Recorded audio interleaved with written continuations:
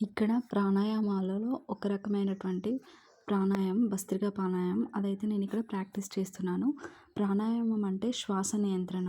ఇది ఒక జీవశక్తిని పెంచుతుందనమాట. అంటే మంచి బ్రీతింగ్ టెక్నిక్ ఇది. ఇది గనక మనం రోజు 15-30 నిమిషాలు సాధన చేస్తే మన స్ట్రెస్ తగ్గుతుంది. అలానే నాడీ వ్యవస్థను శుద్ధి చేసి మన లంగ్స్ సామర్థ్యాన్ని పెంచుతుందనమాట. ఇందులో మనం అతి తొందరగా శ్వాసను తీసుకోవడం, శ్వాసను వదలడం చేస్తుంటాము. దీనివల్ల ఇలా ఫాస్ట్‌గా చేయడం వల్ల ఆక్సిజన్ మాత్ర పెరుగుతుంది. కార్బన్ డయాక్సైడ్ మాత్రం తగ్గుతుందనమాట. సో, బ్లడ్ ప్యూరిఫికేషన్ మంచిగా జరుగుతుంది. బాడీ అంతటా బ్లడ్ సర్క్యులేషన్ అనేది ఇంప్రూవ్ అవుతుంది. ఇలా బాడీలో ఉన్న ప్రతి భాగానికి ఆక్సిజనేటెడ్ బ్లడ్ వెళ్తుందో ఆ యొక్క భాగము చాలా బాగా పనిచేస్తుందనమాట. ఒక దగ్గర ఉండి ఈ ప్రాణాయామాన్ని చేస్తే శరీరంలో ఉన్న ప్రతి భాగానికి బ్లడ్ సర్క్యులేషన్ అనేది బాగా జరుగుతుంది. ఇది కింద కూర్చొని చేయొచ్చు.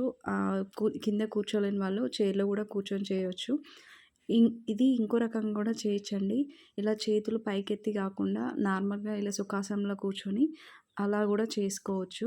నేనైతే ఫస్ట్ వజ్రాసనంలో కూర్చొని చేశాను. ఇప్పుడైతే సుఖాసనంలో కూర్చొని చేశాను. మీకు ఎలా కంఫర్టబుల్ అయితే అలా కూర్చొని చేసుకోవచ్చు దీనిని.